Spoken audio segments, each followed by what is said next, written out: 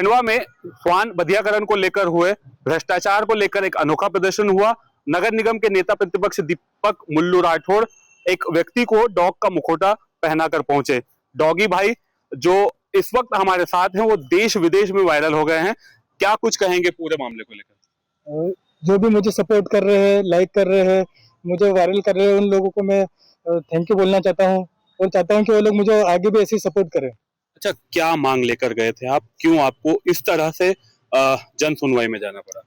वैसे तो देखा जाता है कि जो स्वान होते हैं, जो डॉग्स होते हैं, वो काफी ईमानदार होते हैं और उन्हें इसीलिए आर्मी में भी लिया जाता है, पुलिस में भी लिया जाता है और वो अच्छा काम भी करते हैं।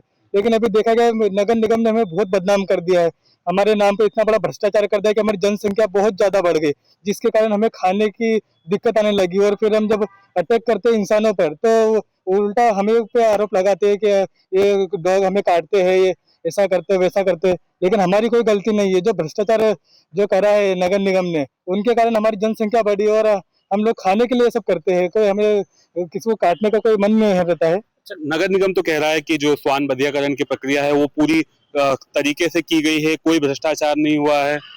नगर निगम कितना ईमानदार है और कितना सच्चा है ये तो पूरा खंडवा शहर जानता है, मेरे बताने की जरूरत ही नहीं है इस बात में। तो अभी जो ये पूरा मामला आपने उठाया, कई लोग आपके समर्थन में आ रहे हैं। लगातार अलग अलग तरह के पोस्टर भी वायरल हो रहे हैं। जिस तरह देखने में आया कि कॉकरोच जनता पार्टी बनी, अब डॉगेस जनता पार्टी को लेकर भी मांग उठ रही है। आप क्या कुछ कहेंगे? अगर मुझे न्याय नहीं मिलता है तो बिल्कुल आगे भविष्य में ऐसा देखने को मिल सकता है। बिल्कुल बनेगी पार्टी। क्या कुछ रणनीति है आपकी? अभी डिसाइड नहीं कर रहा है, अभी देखते हैं मुझे न्याय मिलता है कि नहीं मिलता है, थोड़ा समय दिया है। अगर आगे कुछ नहीं होता है तो फिर कुछ बड़ा कदम उठाऊंगा। बिल्कुल।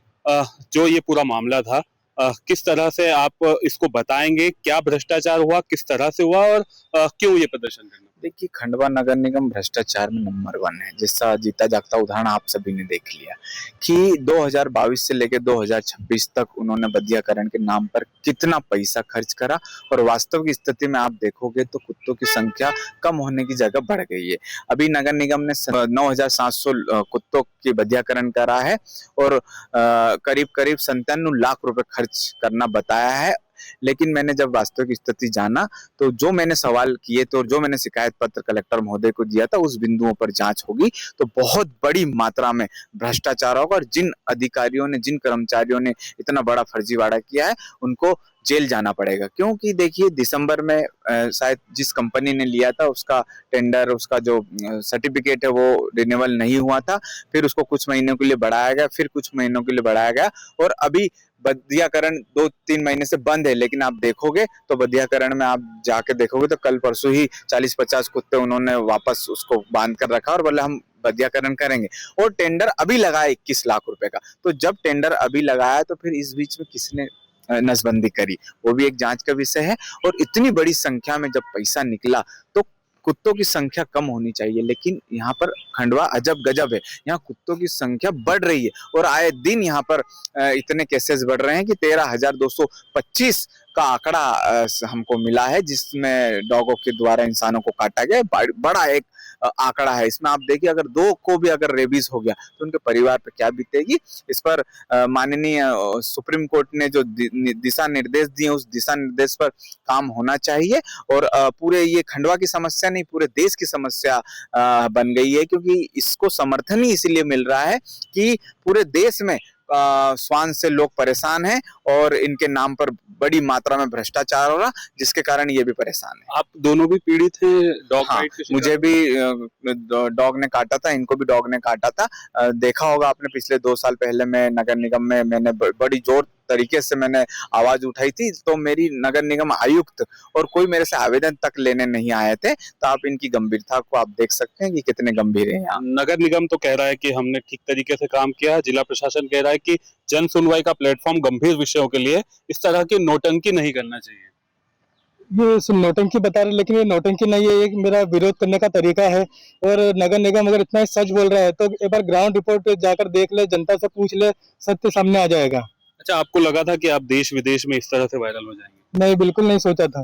जो लोग देख रहे हैं उन लोगों को क्या आप उन लोगों से मैं अपील करना चाहता हूँ कि आप लोग भी डरे नहीं, अगर आप कुछ भी गलत देखते हैं या भ्रष्टाचार देखते हैं तो उसको उजागर करिए, नहीं या सामने आके तो ऐसे छुप कर भी कर सकते हैं, लेकिन कुछ भी गलत हो रहा है तो उसके खिलाफ आवाज उठाइए। बिल्कुल, ये अभी बात उठाई है, अगर यहाँ कोई आगे कार्रवाई नहीं होती तो क्या कुछ करने वाले हैं? देखिए, इन्होंने तो अल्टीमेटम दिया है और हमने भी अल्टीमेटम दिया है। हम हमारे स्तर पे लड़ाई लड़ रहे हैं, इसको हम ही ले गए थे और आने वाले वक्त में भी अगर इस पर कार्रवाई नहीं हुई तो हम इनके परिवार सहित, और इनका खानदान बहुत बड़ा है, सभी मिलकर हम नगर निगम के खिलाफ हम मुहिम छेड़ेंगे और जो भी दोषी होगा उनको अब कोई भी बचा नहीं सकता। यहाँ जिला प्रशासन भी उनको बचा नहीं सकता है और ना कोई बचा सकते हो। ये बात अब देश विदेश की बात हो गई और इस पर अब जांच कमेटी बिठानी पड़ेगी और जांच करनी पड़ेगी। बिल्कुल, आप क्या कहेंगे, क्या करने वाले हो आगे? आगे देखते हैं मुझे न्याय मिलता है कि नहीं, नहीं तो कुछ बहुत बड़ा करूंगा, इससे भी अच्छा करूंगा। बिल्कुल, तो ये थे डॉगी भाई जो अलग अलग नामों से लोगों के बीच में वायरल हो रहे हैं और इनका कहना है कि अगर न्याय नहीं मिला तो जिस तरह से कॉकरोच जनता पार्टी बनी उसी तरह से ये डॉगेस जनता पार्टी बनाएंगे या उससे भी अलग कुछ और करेंगे, लेकिन न्याय लेकर रहेंगे। अमित जायसवाल, न्यूज़ 18, खंडवा।